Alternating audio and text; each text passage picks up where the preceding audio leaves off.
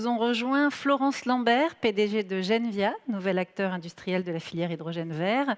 Thierry Lehénaf, PDG d'Arkema, acteur majeur des matériaux de spécialité. Et Maxime Picat, directeur Europe élargie de Stellantis, né de la fusion du groupe PSA et de Fiat Chrysler Automobile. Merci à tous les trois d'être avec nous. On vient d'avoir un aperçu de la voiture de demain. On va essayer d'en savoir un petit peu plus.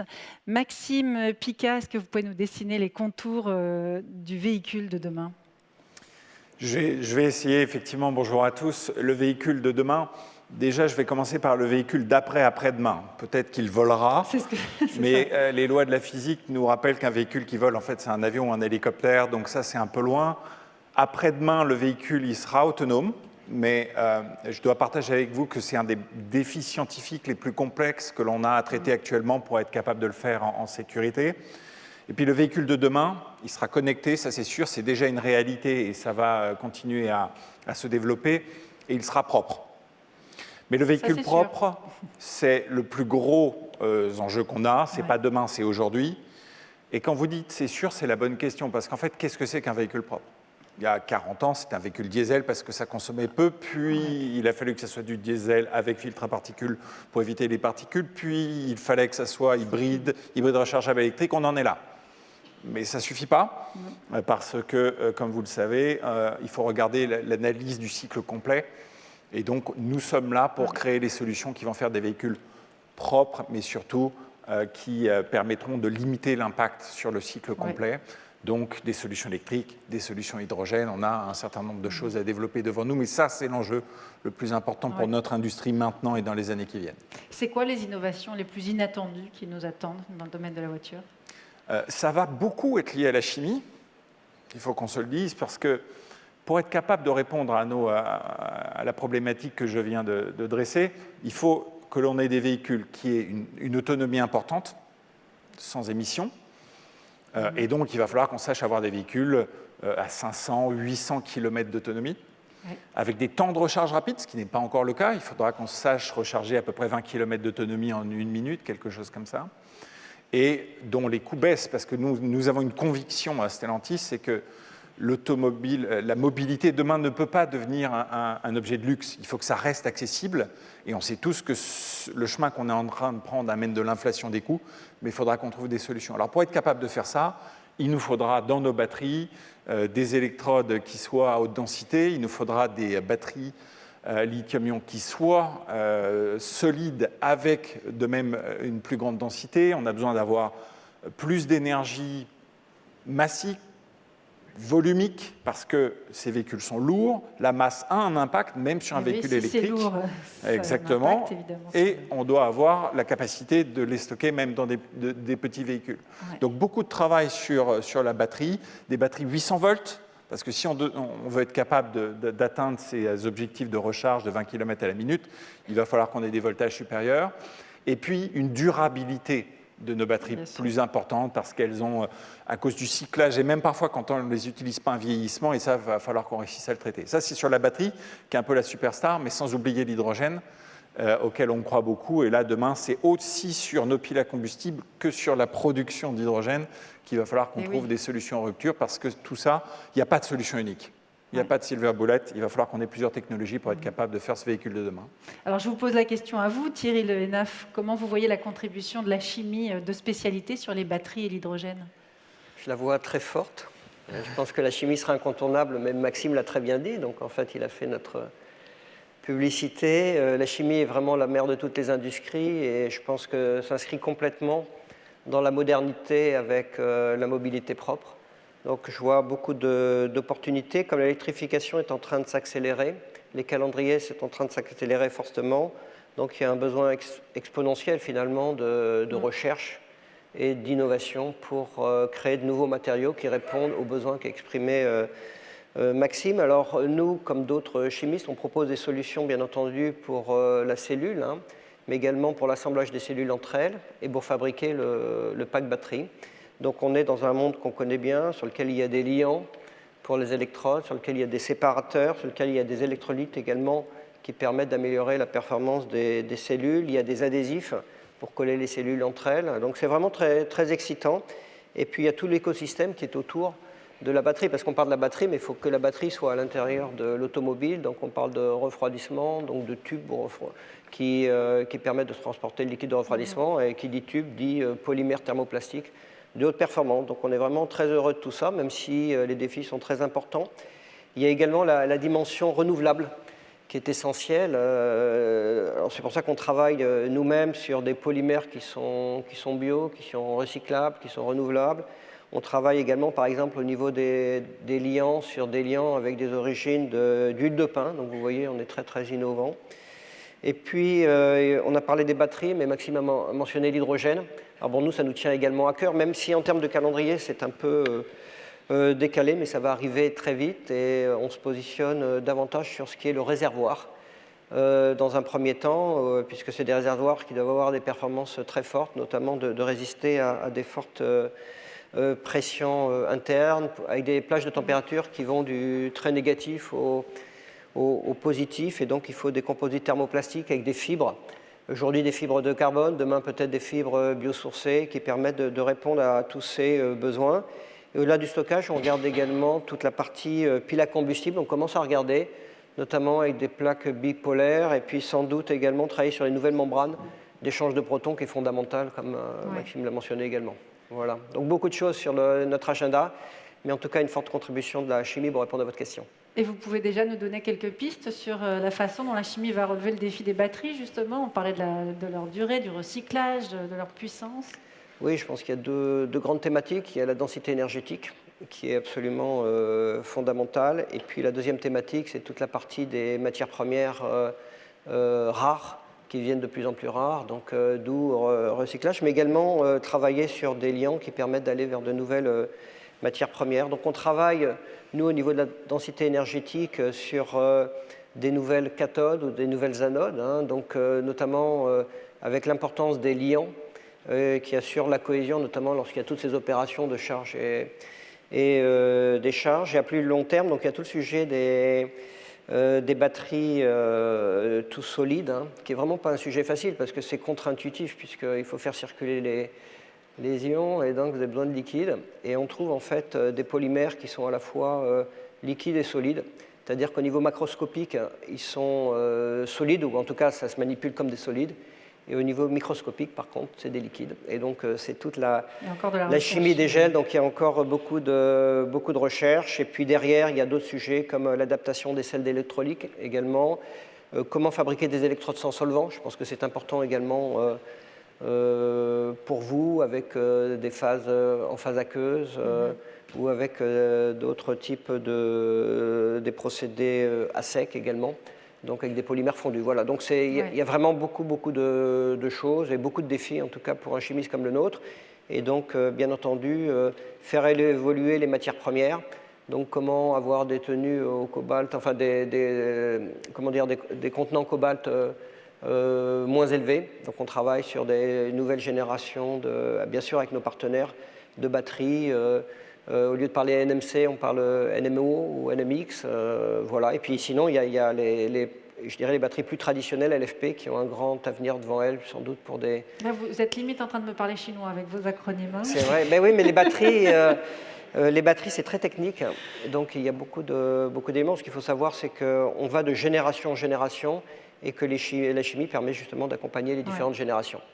Donc le chinois permet quand même Tout à fait. d'accélérer l'innovation. Donc voilà, c'est notre quotidien. Je m'étais plongée dans le sujet des batteries avant de vous voir, mais là je crois que j'ai loupé 2-3 passages. Voilà. Mais je m'y replonge, je vous rassure, parce que je m'y replonge chaque jour. Donc, Alors, je vais vous donner la parole à vous, Florence Lambert. Je rappelle que vous êtes PDG de Genvia, qui travaille pour la filière de l'hydrogène vert. C'est quoi les défis qui restent à relever pour proposer des solutions viables à partir d'hydrogène bas carbone ? Alors, j'aime bien le mot bas carbone ou décarboné plus que la couleur de l'hydrogène. Mais je voudrais insister, donc avant peut-être de vous dresser ce chemin pour l'hydrogène, sur l'aspect complémentaire entre les solutions. Je pense que c'est un sujet sur lequel peut-être on n'insiste pas assez. Face à ce que nous avons devant nous, un vrai mur pour adresser cette transition énergétique, eh bien, il nous faudra toutes les solutions. Donc aujourd'hui, effectivement, les batteries vont faire le job pour la petite mobilité et l'hydrogène, justement, viendra compléter quand on aura des grosses plateformes, des bus, des cars, des camions, des trains, des bateaux. Pour les usages intenses, c'est clair que les flottes de taxis, par exemple, on ne pourra pas attendre pour recharger. Cet hydrogène, c'est le trait d'union entre les réseaux d'énergie et la mobilité, et ça va être un formidable outil de décarbonation de l'industrie. Donc, quand on adresse beaucoup de sujets d'électrification, donc ça peut être facile, on passe du thermique à l'électrique, mais ce qu'on n'a pas forcément en tête, c'est qu'il y a plein d'industries aujourd'hui régaliennes qui sont menacées parce que tout simplement, elles n'ont pas d'autre choix que d'émettre du CO2. C'est le cas des aciéries, c'est le cas des cimenteries. Et je crois qu'on n'est pas encore tous prêts à habiter dans des maisons en bois. Non. Et donc, dans ce contexte, l'hydrogène, vous voyez, un peu comme un couteau suisse, va venir aider ces industries pour se décarboner. Alors, je prends un peu cette parenthèse pour vous indiquer du coup quel sera ce chemin de déploiement. Donc, ça va commencer justement, et c'est la stratégie française, sur vraiment cet hydrogène industriel pour apporter ces premiers outils de décarbonation. Donc, le plan français va partir autour de ça. Donc, en essayant vraiment de substituer ou alors de transformer le CO2 émis en carburant de synthèse. Et tout ça, c'est merveilleux si et seulement si on est capable de produire cet hydrogène sans polluer et à des coûts compétitifs. Et donc, c'est pour ça qu'au cœur de la stratégie française, dans les applications, il y a comment décarboner l'industrie. Et au cœur de la stratégie française, il y a le soutien de la filière d'électrolyse. Alors, je ne vais pas vous perdre sur la chimie parce que c'est très simple. Je crois qu'on a tous fait au collège la fameuse manip où on produit de l'hydrogène en faisant passer l'électricité dans un bain liquide. Donc, c'est exactement ça, juste on le maîtrise un tout petit peu. Pour la petite histoire, la société Genvia, en fait, va ajouter quelques degrés de complexité, en fait, puisqu'on ne va pas utiliser l'eau liquide, mais l'eau vapeur, en se positionnant à haute température. Et en faisant ça, on gagne de précieux points de rendement, plus de 15%, tout simplement en se positionnant dans cet état-là. Donc, il faut des marchés. Donc là, aujourd'hui, on est sur la décarbonation de l'industrie. Il faut un soutien pour avoir une vision de filière industrielle, et c'est ce que s'apprête à faire l'État français en soutenant la filière d'électrolyse. Et ensuite, ce n'est pas fini, parce que si on veut mettre tout ça en place, il faut faire en sorte que les premières usines, on en est ravis, une sorte de terre, mais durent des décennies. Et tout ça, c'est un écosystème qu'il va falloir installer autour des industriels. Alors, c'est le cas dans ce que vous faites l'un et l'autre, bien sûr, sur les batteries d'hydrogène. Et dans cet écosystème, par exemple, pour Genvia, on est en train de revisiter l'industrie de la céramique, parce que notre cœur de technologie, alors ce n'est pas une membrane, mais c'est une céramique. Et donc, vous voyez, par exemple, pour faire en sorte d'atteindre nos objectifs, nous sommes en train d'entraîner une partie de l'industrie historique française pour nous aider à développer cette céramique. Formidable. Voilà. Et je voudrais juste insister sur le fait, parce qu'on est souvent très négatif, mais je pense que sur le sujet hydrogène, on a beaucoup de compétences parce que justement, alors on parlait la précédente table ronde d'innovation, donc on n'avait pas perdu l'innovation en France. On a plein d'industriels qui peuvent s'engouffrer dans ce chemin de l'hydrogène parce qu'en fait, on peut utiliser des savoir-faire qui ne sont pas encore perdus en France, issus de l'oil and gas, du pétrole. C'est le cas de Genvia, je pense qu'on aura l'occasion d'en parler. C'est le cas aussi des compétences qui sont dans les équipementiers automobiles. Et donc, on peut assez vite démarrer dans une trajectoire industrielle en France sur l'hydrogène dans ce contexte. Maxime Picat, dans combien de temps, selon vous, on pourra voir rouler un véhicule à énergie peu carbonée avec la même autonomie que celle d'une voiture thermique ? Je pense que la question, elle ne se pose pas exactement comme ça, parce qu'un véhicule diesel, aujourd'hui, on était capable d'atteindre 1200 km d'autonomie.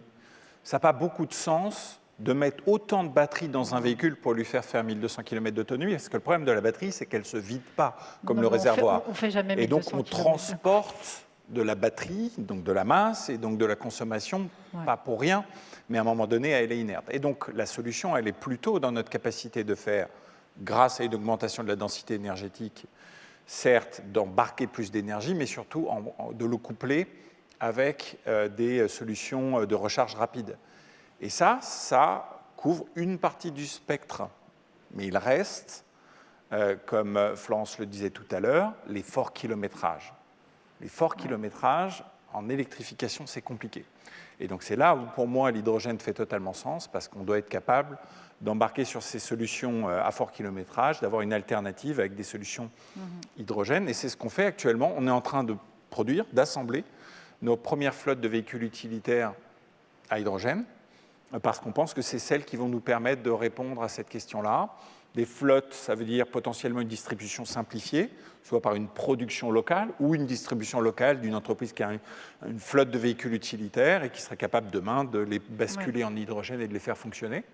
Mais pour revenir à votre question, nos véhicules à batterie améliorée, haute densité, recharge plus rapide, on va faire des sauts très importants dans ce qu'on va être capable de proposer à nos clients à horizon 2024, avec vraiment des grosses améliorations sur l'autonomie et donc de permettre ce basculement psychologique des clients de se dire ok, à ces niveaux d'autonomie, ça couvre 90% de mes besoins et donc je peux y aller. On aura besoin de ces étapes, mais donc ça va venir très vite.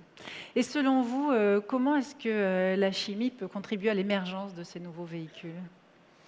Je pense qu'on a déjà balayé dans notre échange quelques points, mais je vais y revenir.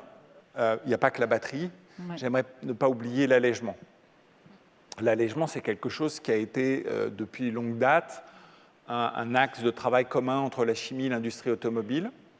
Il faut qu'on sache se dire que c'est quelque chose qui, je pense, a un peu été freiné ces dernières années par quelque chose d'assez simple, malheureusement, qui est le fait que les objectifs de CO2 fixés aux constructeurs automobiles sont liés à la masse. Donc, plus mon véhicule est gros, plus je peux émettre de CO2. Ça, je pense, ça n'a pas été un ami de l'allègement. Je pense que ces lois-là, elles vont se terminer un moment parce que c'est un non-sens écologique et donc on va revenir à la raison en fixant des objectifs absolus parce que c'est ce qui nous intéresse. Et donc, on a devant nous des années d'investissement, d'innovation sur l'allègement des véhicules. Ce sujet-là va reprendre, à mon avis, de l'importance et de la dynamique. C'est un sujet historique de partenariat. Ça sera un sujet du futur. Bon. La batterie, c'est vraiment, je le disais en introduction, le sujet qui ramène la chimie au cœur de l'automobile, et dans des conditions colossales. La raison pour laquelle Stellantis a co-investi avec Total, Saft, ACC, pour faire notre propre production de batteries en Europe, c'est parce que le poids de la batterie sur le véhicule était devenu tellement important qu'on ne pouvait plus passer à côté de cette partie-là et dire, bon, ok, c'est annexe, on l'achète, c'est trop important. Donc la chimie est au cœur. Et donc dans la batterie, on les a listés, il nous faut des nouvelles électrodes à haute densité. Et c'est essentiel de réussir de le faire avec moins de cobalt, en particulier. Si on veut vraiment démocratiser l'électrification, il ne faut pas que demain on sorte du piège des semi-conducteurs dans lequel on est en ce moment pour tomber dans le piège du cobalt ou demain d'une haute terre rare ou d'un autre élément qui risquerait d'avoir une inflation des coûts de l'automobile, alors que globalement, les solutions étant plus technologiques, il va falloir qu'on trouve des solutions pour baisser les coûts. Donc c'est très important qu'on travaille sur ce domaine-là. Après, il y a tout ce qui se passe dans notre batterie. On sait qu'on a plein de phénomènes chimiques que vous connaissez mieux que moi. On a des gonflements autour de l'anode qui créent des ruptures mécaniques. On a beaucoup d'interactions entre les électrodes, l'électrolyte qui viennent parasiter notre système. Donc là-dedans, on a besoin de stabilité, de sécurité.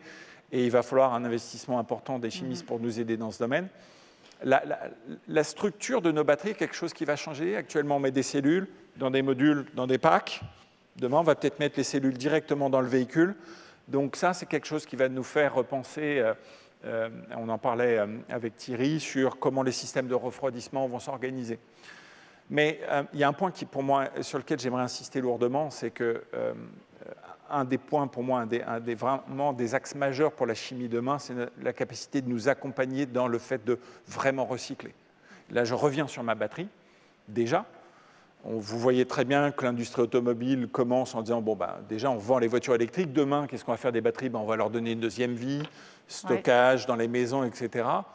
OK, mais est-ce que la voie du recyclage de la batterie et l'utilisation des matériaux recyclés, l'utilisation active de ces matériaux dans des cycles courts, où rependant nos batteries, on recrée des batteries avec.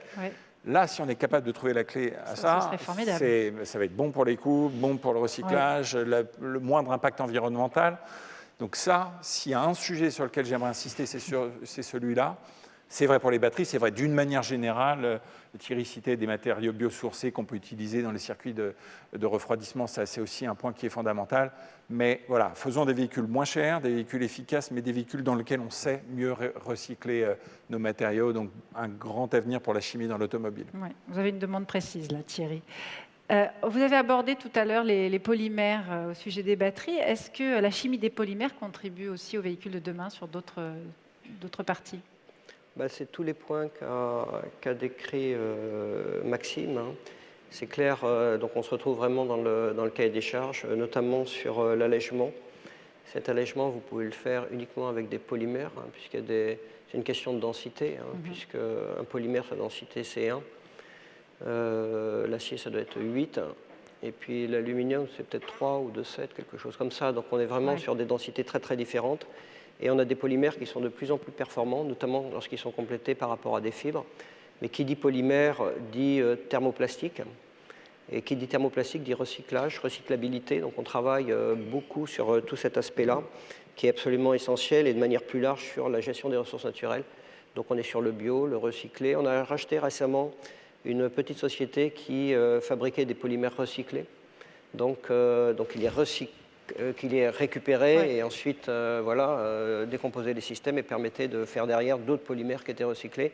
Donc on est complètement aligné sur ces sujets-là. Alors ce qu'il faut savoir également au niveau des polymères, c'est que l'allègement est quelque chose de très très important, mais également toutes les fonctionnalités nouvelles de l'automobile. C'est pour ça, lorsqu'on parle du véhicule de demain, c'est vrai que pour nous, chimistes, c'est vraiment très important de comprendre à long terme, de se projeter sur le long terme, c'est quoi ce véhicule de demain, et de pouvoir discuter avec nos partenaires constructeurs de façon à ce qu'on soit sûr d'avoir bien compris, parce qu'on voit que la vision évolue, et elle évolue chaque année, et donc de pouvoir nous positionner. Donc on travaille également sur le confort du véhicule, la notion d'insonorisation, puisqu'on ne parle pas du tout du même rapport au son dans un véhicule électrique ou dans un véhicule thermique. On parle également de polymères intelligents, par exemple tout ce qui est capteur, pour pouvoir suivre la santé, l'évolution de la santé du véhicule. Donc les sujets, on n'en manque pas, qu'ils soient les batteries eux-mêmes, la partie hydrogène, l'environnement qui est autour, au niveau de l'allègement, ou également des fonctionnalités intelligentes qui permettent d'accompagner le véhicule de demain. Vous avez une lourde responsabilité sur vos épaules, on attend beaucoup des chimistes. Vous croyez qu'ils peuvent y arriver tout seuls, ou la réussite tient à un écosystème beaucoup plus large? Non, on voit que pour arriver à répondre en plus dans des contraintes de temps qui sont très, très fortes, hein, donc c'est une sorte de course contre la montre, ça fait appel à de nouvelles compétences. Donc c'est une remise en question de notre métier, également du métier des constructeurs automobiles complète. Et donc ça fait appel à des nouveaux métiers qui sont nos partenaires. On parlait effectivement de toute l'électronique, hein, toute la partie digitale, mais également pour nous, ça nous concerne. On travaille beaucoup avec des startups.